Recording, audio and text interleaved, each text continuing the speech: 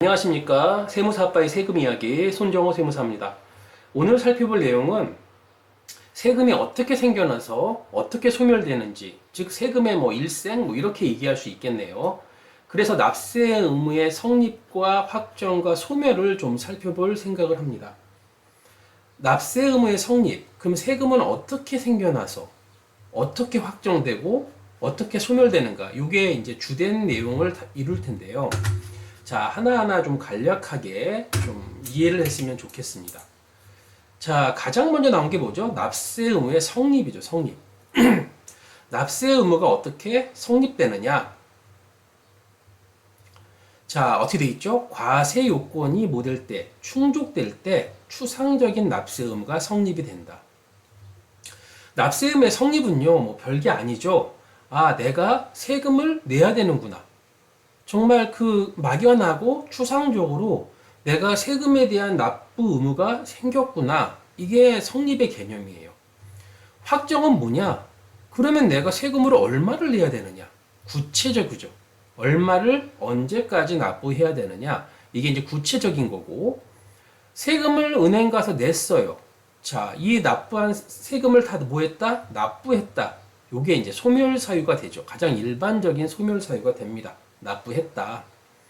근데 우리가 전에 동영상에 살펴봤던 제척기간 만료, 소멸시효 완성 이런 것들도 있었죠. 그거는 뭐냐면 세금을 제대로 걷어들이지 못하고 납세 의무가 소멸돼 버린 케이스에 해당되는 거죠.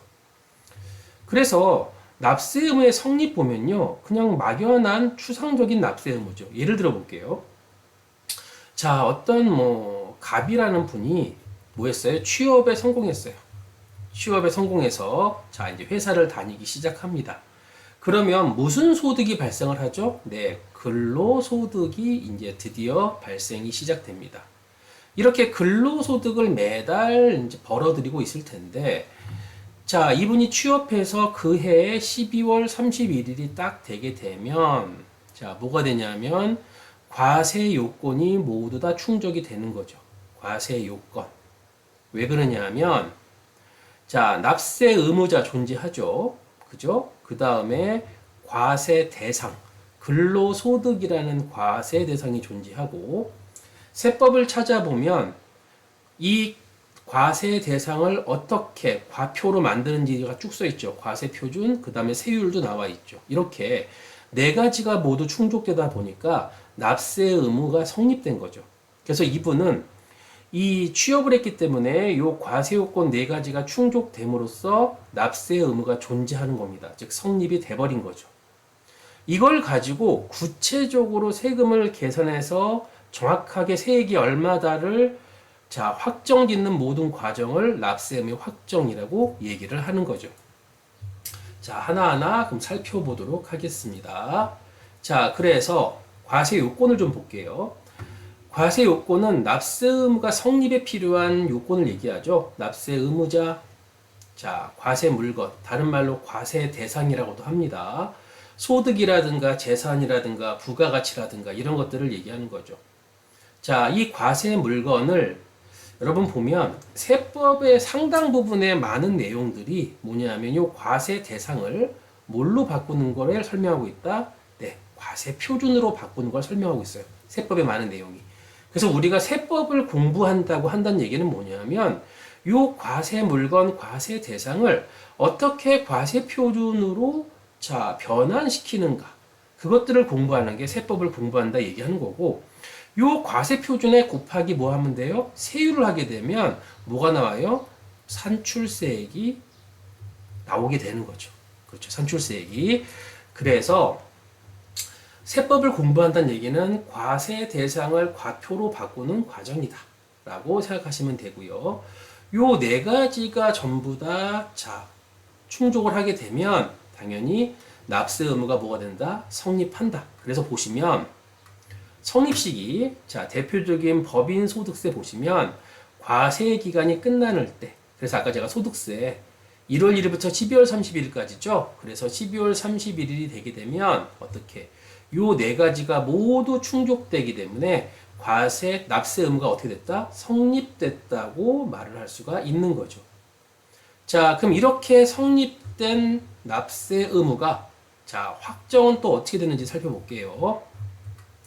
자, 납세 의무의 확정. 납세 의무의 확정이란 세법에 근거하여 납세 의무자 또는 과세관청이 정해진 절차에 따라 납부할 세액을 구체적으로 확정하는 것을 말한다. 네, 그래서 두 가지가 존재합니다. 크게 신고 납세 제도, 정부 부과 제도 이렇게 돼 있죠. 우리가 알고 있는 대부분 소득세, 법인세, 부가가치세 등 이것들은 뭐냐면 소득세, 내가 얼마 벌었는지 본인이 제일 잘 알아요. 법인세도 마찬가지고 부가가치세도 마찬가지고 결국 본인이 제일 잘 알기 때문에 납세 의무자의 신고에 의해서 과세 표준과 세액을 어떻게 해요? 확정하는 제도예요. 그렇죠. 신고함으로써 자, 세금이 얼마다라고 확정이 딱 되는 제도가 신고 납세 제도죠. 그렇죠.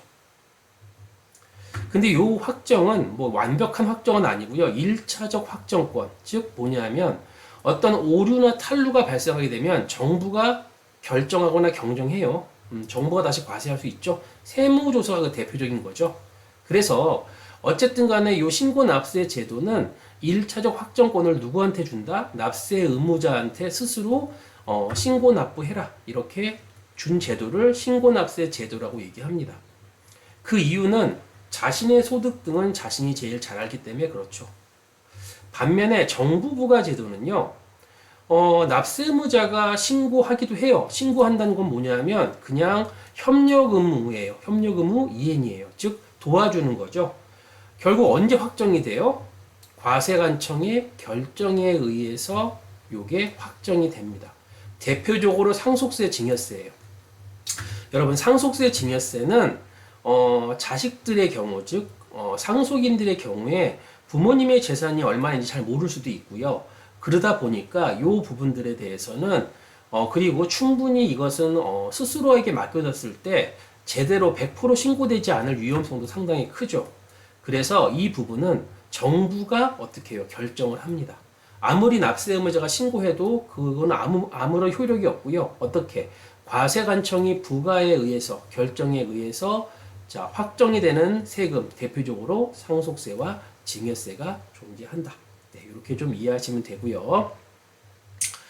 자, 납세 의무의 이제 소멸 대부분 뭐죠? 자, 납세 의무가 실현되어 소멸된다. 과세관청 입장에서는 만족스러운 거죠. 일명 만족 소멸, 납부나 다른 환급받을 세금으로 충당, 납부나 충당하면 되는 거고, 납세 의무가 실현되지 않고 소멸되는 경우 우리 살펴봤죠. 전 영상에서 보면 부가 취소라든가 국세부가의 제척기간 만료, 국세 징수권의 소멸시효 완성 이렇게 이제 불만족 상태로 소멸되는 경우도 존재를 합니다. 네, 그래서 오늘 여기까지 살펴보고요. 또 다음 시간에 또 만나도록 하겠습니다.